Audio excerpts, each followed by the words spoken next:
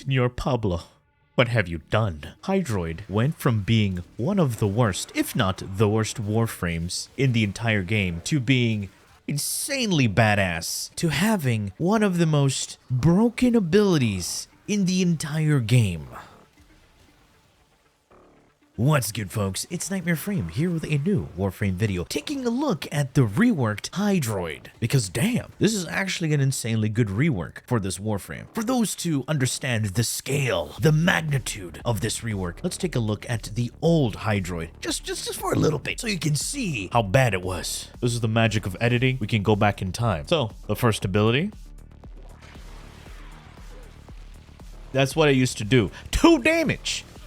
2 damage. This was 170 strength. 2 damage. And you had to hold the ability to increase its potency. Yeah, look at that. Oh, look at that. And what happened when you increased its potency? It went up by 2, from 2 to 4 damage. Now the second ability, kind of the same. When I say kind of, I mean the animation was the same. All right, but that's all you see. That's all it did. And now the third ability. This was the third ability. This is what you moved like a snail, slower than a snail. The snail is freaking passing by you at 5,000 miles an hour. It's like, what are you doing? What's that guy doing? It was a useless ability. It did nothing for you. Drained your energy. That was it. And then the fourth ability, well, it was still tentacles. And when you released it, it flailed enemies.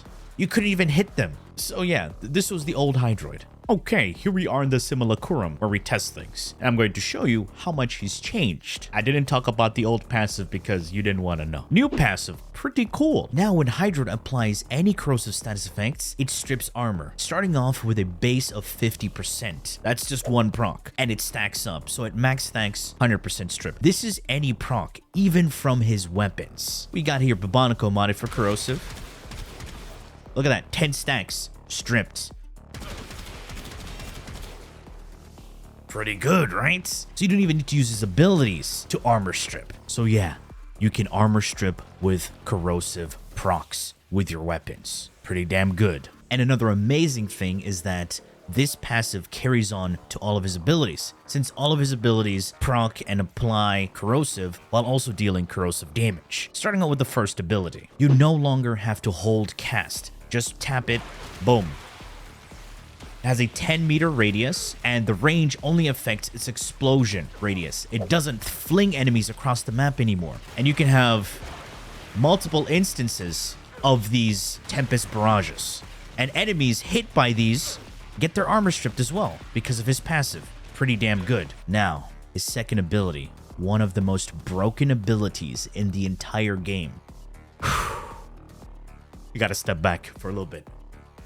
Title search. Okay, we're gonna get a little thing pop up over there. 1. This ability is a movement tech to get you to one point to another. It gives you iframes. It deals damage. It procs corrosive to armor strip. It's a grouping ability. It cleanses you of status effects. That's just its base version. When you put on the augment, it makes you immune to all status effects. And this augment is also shared with your allies. Pablo, what have you done? Like, seriously, this is the most broken ability in the entire game. I can just keep on doing this, refreshing it. We're cleansed of status effects. We group enemies. We proc them with corrosive. Even though you're immune to status effects, it can still be nullified. So for those thinking, hey, I can remove Prime Sure-Footed, no, it's still better to have Prime Sure-Footed. This is not like Varuna's passive. So if you fall off the map, get nullified, you lose it. And when you fall off the map, you still have that animation where you're staggered. And that leaves you vulnerable. And when you're knocked down during that state, well, you know. So Prime Sure-Footed is there for the consistency. Oh, and another thing I forgot to mention about the augment. It reduces the cost of the second ability. Okay. I took a little breather. The third ability used to be that dookie puddle thing. Now it's something better. You can yoink armor from enemies and give it to yourself. But not only that, because we have to take it a step further. It gives you the corrosive elemental damage multiplier to all your weapons. New core modded for viral and heat. Now we can armor strip And this nuker is not even built for damage. It's not even built for damage.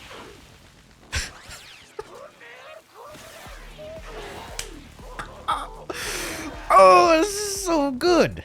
Moving on to the fourth ability. Remember how the tentacles used to just flop around? Now they're actually useful. I don't need to hold cast it anymore. I can just tap it. Tentacle Swarm.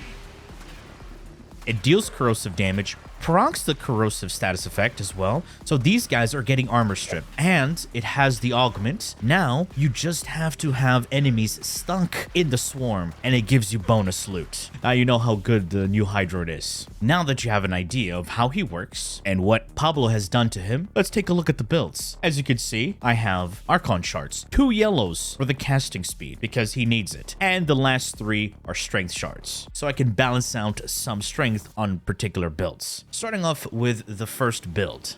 This is the base Hydroid, just his kit. No Helminth ability at all. We're not using the augment for the first ability, however, we're using the augment for the second ability. As you can see, he's not tanking with his health.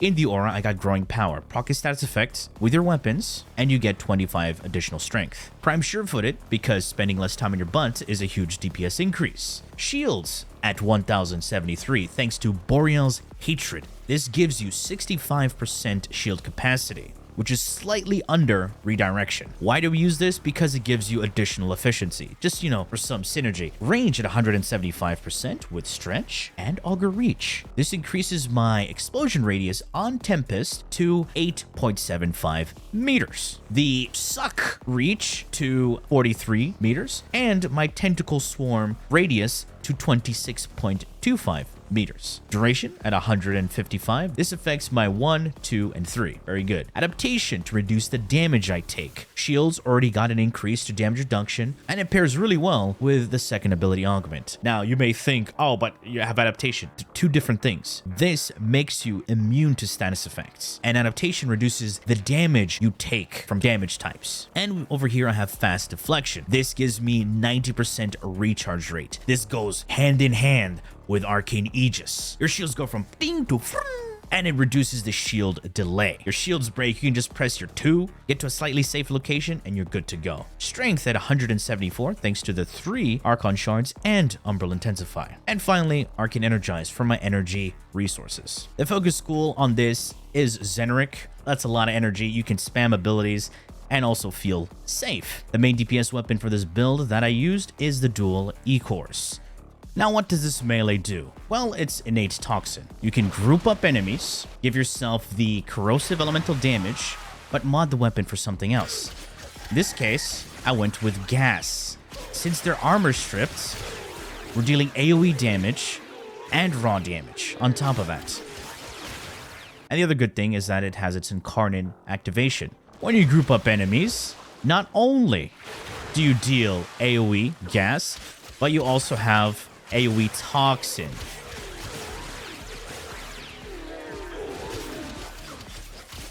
That's pretty badass. First, taking a look at the evolutions. Evolution 2, well, you get additional attack speed. Very nice. Combo duration with the third. And finally, increase status chance. This weapon already has decent crit, so we increased the status chance, so we can apply our gas rapidly. Taking a look at the build. Condition Overload for the base damage with each unique status effect on a target. Blood Rush for the crit chance, paired with Gladiator Might, right? Gives you crit chance and crit damage with combo. Our faction damage mod, you saw how we did a lot of damage and we weren't even using the proper faction damage. This allows my gas to double dip, deal 2 times the damage with each tick. Very strong. 1 elemental mod to form gas because it's innate toxin. Very potent. Weeping Wounds to increase my status chance even more so we can multi-proc. Crossing Snakes for a raw DPS build. However, if you want to multi-proc and also apply slash with your hits, you can use Swirling Tiger. Insanely powerful stance. This is really good with Condition Overload because it also has forced knockdowns. But yes, Swirling Tiger is the more powerful stance,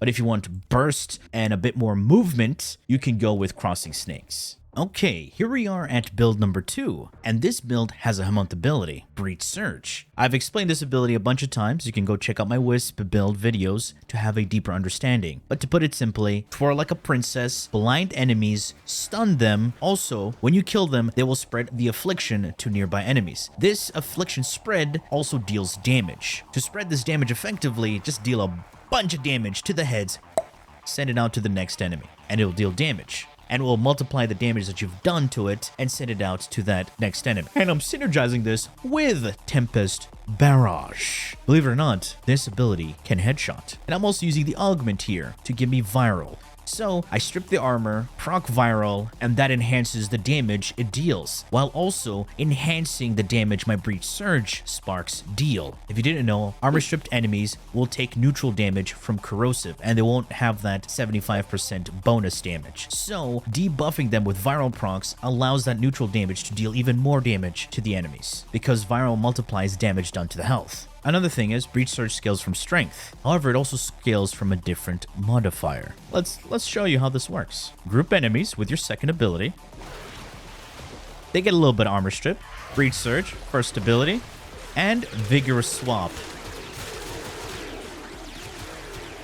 Yes, Vigorous Swap, Holster Amp, and Arcane Arachne affect Breach Surge sparks. Let's take a look at how I've built this one. In the aura, I have Brief Respite. I'm going to be pairing this up with 2 Augur mods on my secondary, okay? Just to give you a bit more shields. However, we're going to get a bit more shields from our pets. Duration at 155%, range at 235%, with overextended and stretch. This is to increase my radius on my Tempest Barrage explosions and Breach Surge's reach. Even if you're grouping them up, this is also really good. Also gives you a bit more zoom with the second ability. Equilibrium and Energize for my energy economy. This converts health into energy and energy into health. As you can see, my strength is at 114. This is thanks to the Archon Shards balancing out my strength. So you see, if I remove Umbral Intensify, I'm at 70. Put this and I'm balanced out, and I get additional strength from Molt Augmented at 250 stacks. Group them up, Breach Surge, press 1 a couple of times if you want, and Vigorous Swap. This is not what it looks like, but I'm just this is me switching weapons because that's the animation. It's not what you think. However, I highly suggest using Vazarin. Why Vazarin? Simple. Protective Sling to give you that invulnerability, and also Guardian Break. When you activate your first ability and the Guardian Shell breaks, you get that crazy shield regen. All right, build number 3. I'm pretty sure y'all seen a farming Hydroid out there, usually using a bit lower range and camping. You see, even though that's pretty good, it's just not the way I play. I don't like to sit in one spot. It's not fun. So I found a way to have a farming loadout, but also be a bit more mobile, using Thermal Sunder. So what is the synergy here? Pretty much the same with the first and the second build. Group them up, but this time you're going to press 4 for Tentacle Swarm. As you can see right there, we have the Augment. Enemies just have to be captured in the tentacles for them to drop additional loot. We're going to be armor stripping them with the first and the tentacles, and all you have to do is spam that Sunder. Of course, this is going to be increased even further if you're going to use a primer, which I suggest you should, to proc viral. And that primer is a new core. Why new core? Because it has radiation. If you're going to be farming in a lot of places, you want to have radiation at least, because ancient healers, they can be quite annoying. Any enemy that buffs their allies, you want to have radiation so you can remove that effect. And this is modded for viral and heat, with more heat and a faction damage mod. This is a heat inherit primer. If you want to know more about heat inherit, I'll have a video up there. Please do go check that out to understand the depth and scaling of this mechanic, because heat's very strong. You want to prime the enemies first and then activate your Thermal Sunder to scale that damage even more. And for additional scaling, let's take a look at the build. This is a health tanking build. In the aura, I have Growing Power for the status procs to give me strength. And since we're priming a lot, this aura is always going to be active. Range at 175 thanks to stretch and Augur Reach. Notice there is just base duration, which is more than enough because we're going to be killing enemies fast, moving to the next set. Prime Flow and Streamline. It's an ability spammy build, so we need a bit of efficiency and a larger energy pool. Pairing that up with Energize. Health with Archon Vitality. This gives me bonus health while also doubling the damage of my heat abilities. What's a heat ability? Well, Thermal Sunder, of course. Adaptation, this gives me damage reduction on my health and shields. Pair it up with Arcane Guardian, even better. And the Augment, Pilfering Swarm. That's it. This is a simple freaking build. Hence why it's called Farming Funnies. You may have noticed my amazing pet here, Xivu Arath. It's a hound. Oi, Nightmare Frame. Are you saying hounds are useful? I'm saying that hounds are really broken right now. Again, Pablo, what have you done? What does this hound do? Let's have a look real quick. We're gonna go here. You see how they're shooting at me? Hound, do your thing.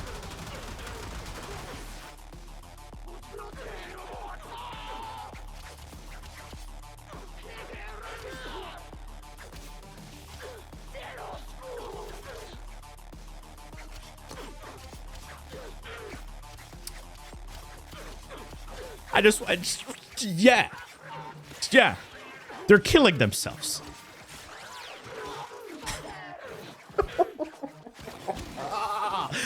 Like I said, broken. This is my pocket Loki. Literally a pocket Loki that disarms enemies, procs radiation, while also stunning them and buffing me with my shields. Now, the parts for this hound, it is not your base hound. I did build this hound with individual parts using the Dormammu hound, the Adele core, the Chancla bracket, and the Hinata stabilizer. And it only needed one forma, as you can see right there, just one forma for all of this to work. Pretty good, right? Now, what's disarming them is Repo Audit. Emits a magnetic pulse that disarms enemies within 30 meters. Evasive Denial. This increases its survivability, teleports to a safe distance away, and engages a displacement field, gaining 75% chance to dodge enemy fire for 8 seconds. Synergize Prospectus. Fires a spark that seeks out the nearest enemy within 30 meters, dealing 300 electric damage. This spark ricochets up to 7 times, and it procs electricity, stunning them. What makes this even more disgusting is Manifold Bond. Killing enemies with 3 or more unique status effects reduces companion ability cooldowns. Oh yeah. This pet is hard to kill. And for additional survivability, Prime Pack Leader, give it Overguard. And its weapon. You could use any of the hound weapons because you're not really modding it for anything else except the same thing. You got base damage, status chance, more base damage, and radiation with Toxin, and status duration. Why more radiation? Well, to make enemies confused and attack each other, and it nullifies Ancient Healer auras. Anyway, folks, that has been it from me. I do hope you've enjoyed this video. Hey, what's up, Xivu? I do hope you've enjoyed this video and learned something from it. And if you did, please feel free to leave a like, share, and subscribe for more Warframe content, streams, and so much more. Do refer to the description. Thanks for watching, and as always, a peace, a bye-bye now. Thanks for stopping by. I'll see you soon.